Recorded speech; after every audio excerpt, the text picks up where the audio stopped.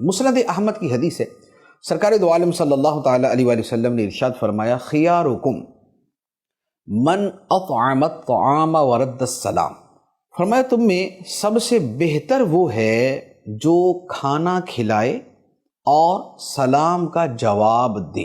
بہترین شخص وہ جو کھانا کھلائے۔ کنہیں کھانا کھلائے؟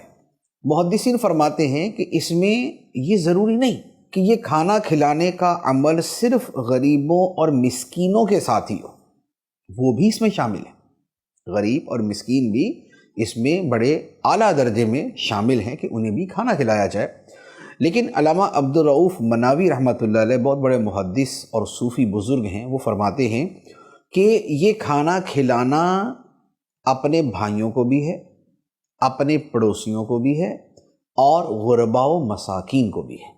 اور احادیث مبارکہ پہ نظر ڈالیں جو اس موضوع پر احادیث ہیں کھانا کھلانے کے حوالے سے، تو اس میں پتہ چلتا ہے کہ اس میں انسان کے بیوی اور بچے بھی شامل ہیں۔ تو گویا کھانا کھلانے میں یہ تمام افراد آ گئے۔